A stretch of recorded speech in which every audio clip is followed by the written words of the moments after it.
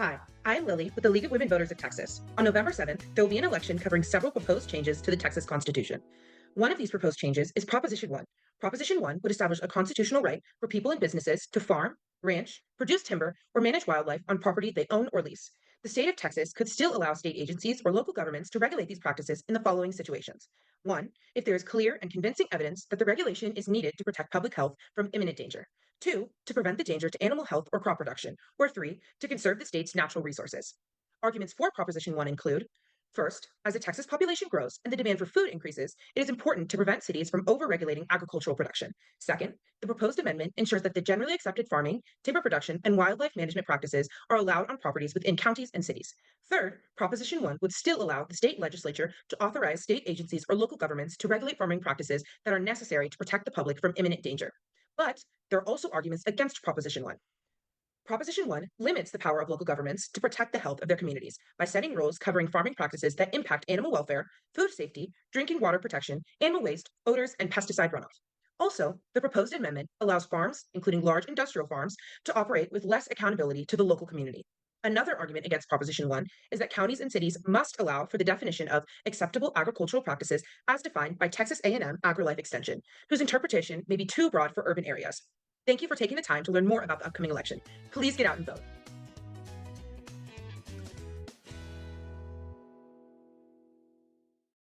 Hi, I'm Kate with the League of Women Voters of Texas. On November 7th, there will be an election covering several changes to the Texas Constitution. One of these proposed changes is Proposition 2. Proposition 2 would allow counties and cities to lower property taxes on some child care centers. This benefit would apply to child care centers, one, that are owned or rented, and two, where at least 20% of children who are enrolled received subsidized child care services. Arguments for Proposition 2 include first, lower property taxes would reduce costs for child care centers so more can remain open and more can be built. Second, having a larger number of child care centers may lower costs for working parents, allowing them to stay in the workforce. Third, child care centers may use the savings from lower property taxes to improve wages and benefits for staff, helping them retain workers. But there are also arguments against Proposition 2. Proposition 2 would lower property taxes for one type of business, which could increase the tax burden for other property owners. Also, lower property taxes would reduce taxes raised to fund counties and cities. Another argument against Proposition 2 is that the benefits of this tax break may not flow to parents and child care workers. Thank you for taking the time to learn more about the upcoming election. Please get out and vote.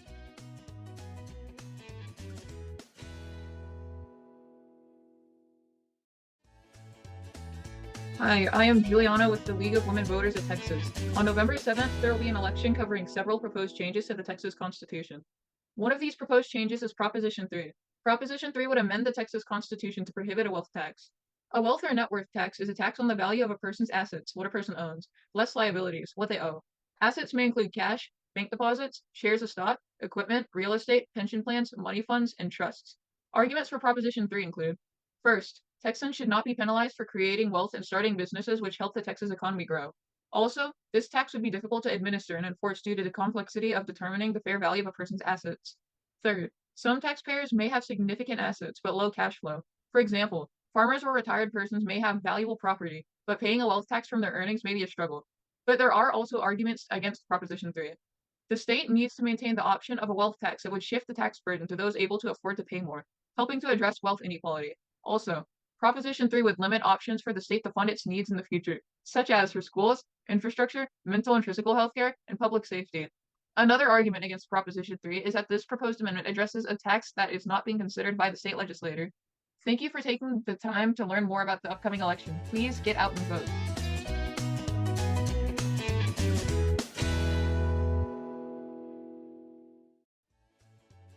Hi, I'm Callie with the League of Women Voters of Texas. On November 7th, there will be an election covering several proposed changes to the Texas Constitution. One of these proposed changes is Proposition 4. Proposition 4 would amend the Texas Constitution to allow tax cuts that were approved by the legislature in the 2023 special session to take effect this year. Proposition 4 allows the legislature to reduce the property taxes as follows. 1. The homestead exemption would increase from $40,000 to $100,000. The homestead exemption is the amount of appraised value of a primary residence that is not subject to tax by the local school district. 2. The increase in the appraised value for a non-homestead property, such as a business property or a second home, cannot be more than 20% over the prior year's appraised value. Note that only non-homestead properties with a value of $5 million or less qualify at this time, and this non-homestead property tax limit expires December 31st of 2026. The legislature has approved spending money to school districts to replace lost revenue Proposition 4 would allow this money to be sent without counting towards spending limits in the Constitution. And 4, currently members of local appraisal boards are all appointed. Proposition 4 allows the legislature to require that in counties with a population of 75,000 or more, 3 of the 9 members of the board must be elected. Arguments for Proposition 4 include: first, proponents say these property taxes cuts would save Texas homeowners an average of $1,300 per year in property taxes, with additional cuts for property owners who are seniors and those with disabilities. Second, over $12 billion will be sent from the state's general revenue funds to school districts so that school districts can lower tax rates. This shifts the burden of school funding away from property taxes to other sources. Tax rate reductions passed by the legislature limit how much is shifted to businesses. And third, the owners of moderately priced homes would get the most benefit from the increase in the homestead exemptions. But there are also arguments against Proposition 4. The property tax reduction gives no relief for renters who make up more than 1/3 of Texas households, many of whom are struggling with high rents. Also, opponents say that property taxes change approved do not include any new money for schools or teacher pay raises, even though Texas is ranked near the bottom in per student spending for education. Another argument against Proposition 4 is that shifting away from property taxes to fund our public schools could result in higher sales tax and higher taxes on businesses. Thank you for taking time to learn more about the upcoming election. Please get out and vote.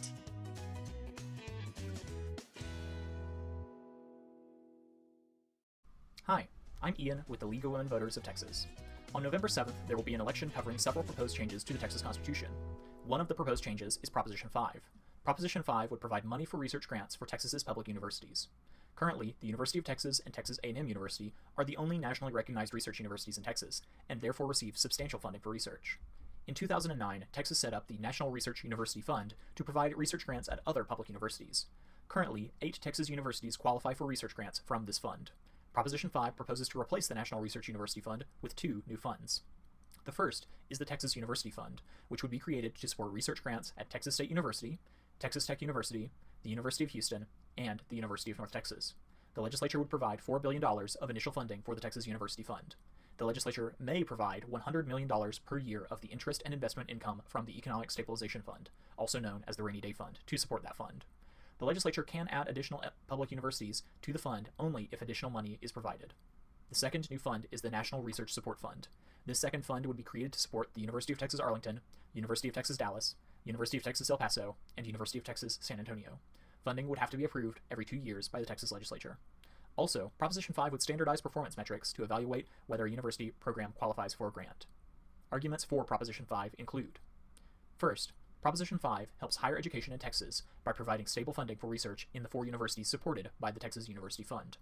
Second, research at Texas public universities helps drive the Texas economy. Third, both funds provide a path for more universities to become eligible for research grants. And fourth, using standardized national performance metrics will allow more universities to qualify for research grant funding. But there are also arguments against Proposition 5. Proposition 5 continues the unequal treatment of public universities in Texas, and Proposition 5 would provide stable research funding only for 4 additional public universities at this time, those that are funded by the Texas University Fund. Also, the funding through the National Research Support Fund is not stable and would still require legislative approval every 2 years. Another argument against Proposition 5 is that no additional universities will be added to the Texas University Fund unless the legislature adds more money. Thank you for taking the time to learn more about the upcoming election. Please get out and vote.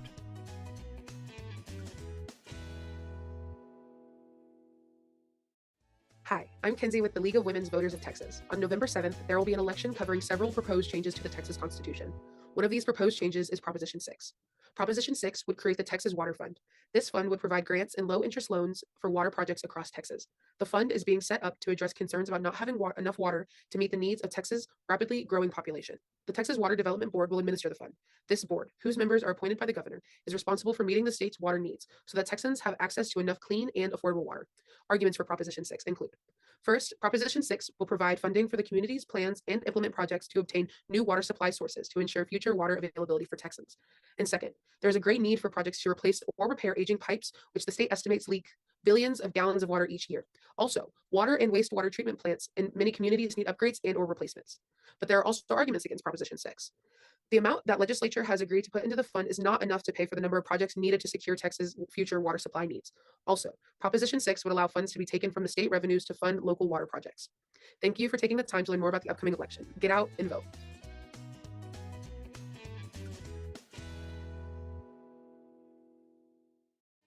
Hi, I'm Isabel with the League of Women Voters of Texas.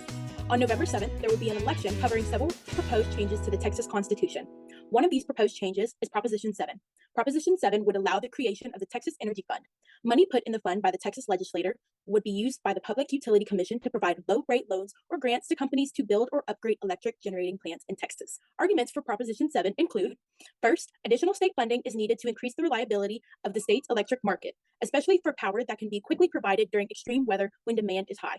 Second, the money loaned or granted to build the electric generating plants are from the state's budget surplus funds, so electricity customers will not be paying for these plants. Third, if the plants are completed by June 2029, the builders receive a bonus under the program. This ensures that extra energy generation will be added to the electric grid soon. But there are also arguments against Proposition 7. The Texas Energy Fund would primarily fund natural gas-powered electric plants. These plants may be more expensive and harmful to the environment than other more cost-effective and clean solutions to make the electric grid more reliable. Also, solar and wind projects are not eligible for loans or grants from this fund. They currently generate about 39% of Texas electricity and have reduced electricity costs in Texas. Another argument against Proposition 7 is that natural gas-powered electric plants were among the power sources that failed during the 2021 winter storm. Despite this, they would be subsidized by the Texas Energy Fund if this proposition passes. Thank you for taking the time to learn more about the upcoming election. Please get out and vote.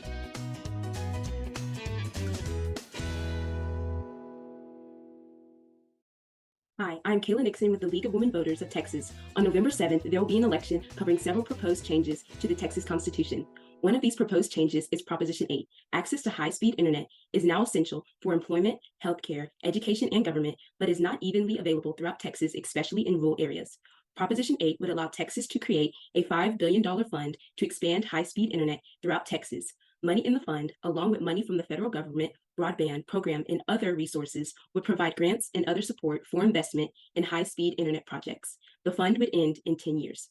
Arguments for Proposition 8 include, first, Proposition 8 would expand reliable high-speed internet to Texans all across the state, including in areas where private companies do not currently operate. Second, improved access to high-speed internet would result in better productivity and efficiency in agriculture and energy, two of Texas' most important industries. Third, this fund would enable Texas to use state funds to take advantage of available federal dollars to expand internet availability for more Texans. But there are also arguments against Proposition 8. Funding high-speed internet expansion is not the responsibility of the government. Private companies have already provided most Texans with high-speed internet. Also, Proposition 8 does not prioritize lower-income communities for high-speed internet development. Another argument against Proposition 8 is that the money in the fund is not enough to provide high-speed internet to all Texans. Thank you for taking the time to learn more about the upcoming election. Please get out and vote.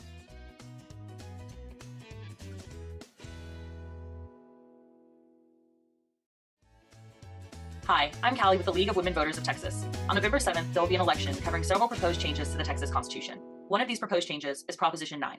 For some background, in 2023, the Texas legislature approved cost of living adjustments and a one-time extra payment to retired teachers or their survivors that currently receive retirement or death benefits from the Teachers Retirement System of Texas. The one-time extra payment was paid in September of 2023. The cost of living adjustment would start January of 2024. The total cost of the one-time extra payments and the cost of living adjustment is about $5 billion. This amount will be transferred from the state's general funds to the Teachers Retirement System so that teachers' pension funds will remain financially sound. Proposition 9 is required so the amount being transferred for the cost of living adjustment does not exceed the Texas Constitution's limit on the state spending. Arguments for Proposition 9 include, first, retired teachers in Texas do not have a cost of living adjustment built into their retirement benefits and have not received a cost of living adjustment in many years. Because of this, many retired teachers have difficulty covering the higher cost of living. This adjustment would help retired teachers and their survivors pay their bills. Second, the higher payments to retirees would increase their spending and therefore help local communities across Texas. And third, the increased benefits will be funded from the current budget surplus, leaving the Texas Retirement System pension fund financially sound. But there are also arguments against Proposition 9. The cost of living adjustment proposed are not enough to offset the high impact of inflation on retirees. Also, the higher payments to retired teachers do not address the current teacher shortage. Thank you for taking time to learn more about the upcoming election. Please get out and vote.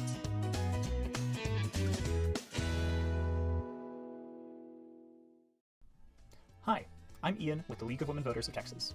On November 7th, there will be an election covering several proposed changes to the Texas Constitution. One of these proposed changes is Proposition 10. Proposition 10 would remove property taxes on equipment or inventory belonging to manufacturers of medical or biomedical products. Texas is one of only a few states that applies a property tax on the equipment and inventory of medical and biomedical companies. In Texas, property taxes pay for local government services such as police, firefighters, libraries, and public education. Property tax on other property of medical and biomedical companies will remain. Arguments for Proposition 10 include, first, Removing property taxes on biomedical equipment and inventory may encourage more biomedical companies to move to Texas, creating high-paying jobs. Second, removing property taxes on biomedical equipment and inventory could strengthen our medical supply chain and may protect the Texas healthcare network. Third, the COVID pandemic exposed the risk of having key medical equipment manufacturers outside of the country, showing the importance of supporting local biomedical manufacturers. But there are also arguments against Proposition 10. Because Texas does not have an income tax, eliminating property taxes on biomedical equipment and inventory will reduce funds available for local school districts and local government services. Also, the burden of the tax loss will fall more heavily on communities with biomedical manufacturers. Another argument against Proposition 10 is that reducing property taxes for one industry places more tax burden on other businesses and individuals to support their government and public schools. Thank you for taking the time to learn more about the upcoming election. Please get out and vote.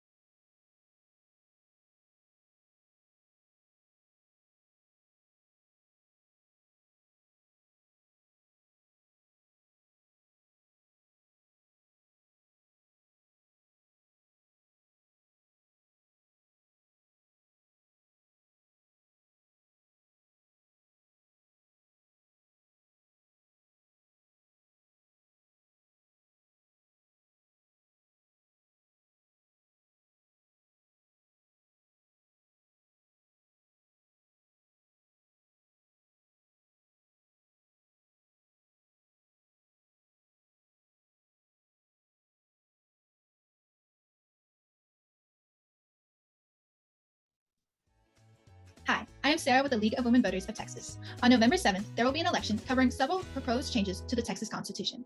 One of these proposed changes is Proposition 11. First, a little background information. In 2003, the Texas Constitution was amended to give conservation and reclamation districts, such as municipal utility districts, known as MUDs, in 11 counties across Texas, the ability to issue bonds to fund the development and maintenance of parks and recreation facilities. El Paso County was not included in this list of counties, so it does not currently have this ability, resulting in an underfunded park system across the county. Proposition 11 would include El Paso County on the list of Texas counties that would allow their conservation reclamation districts to issue bonds to develop recreational facilities. These bonds would be supported by property taxes, but could only be authorized if voters of the district approve them. Arguments for Proposition 11 include: first, allowing bonds to be issued for parks and recreation facilities will benefit the health and wellness of El Paso County residents. Second, more and improved parks will encourage further economic development and growth for the region. But there are some arguments against Proposition 11. If approved by a majority of voters in the district, property taxes would be levied to pay interest and principal on the bonds issued. The voters in a district who voted against the issuance of such bonds would still be burdened with additional taxes. Also, some argue that land allocated to parks could be more economically productive if left in private hands. Thank you for taking the time to learn more about the upcoming election. Please get out and vote.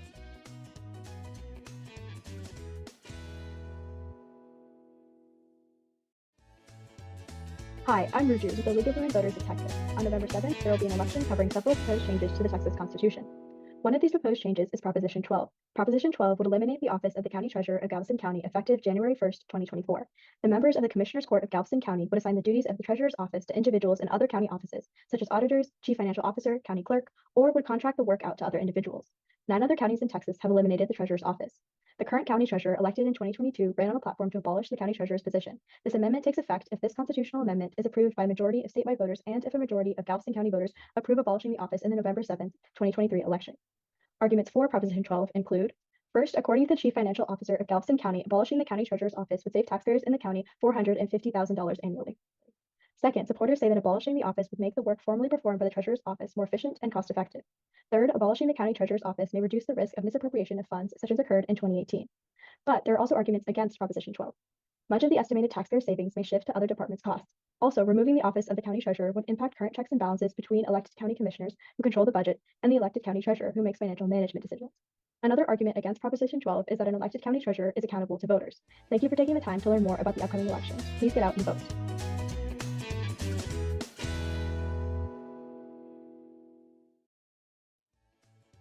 Hi, I'm Paisley with the League of Women Voters of Texas.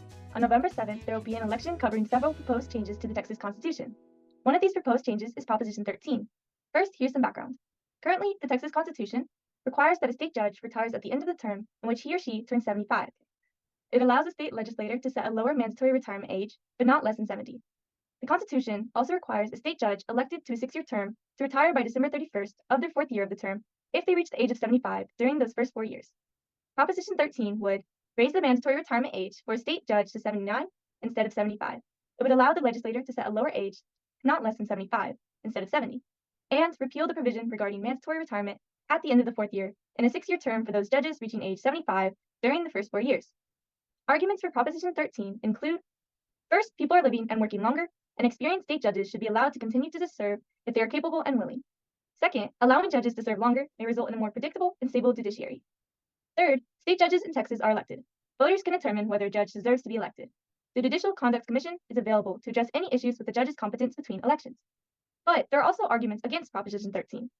The Judicial Conduct Commission may not be able to promptly address issues with older judges who experience cognitive decline and lower productivity. Also, extending the age limit will keep the Texas judiciary from reflecting the demographics of the current Texas population. Another argument against Proposition 13 is that retired state judges are still eligible to serve as visiting judges, so retired state judges can continue to work if they choose. Thank you for taking the time to learn more about the upcoming election. Please get out and vote.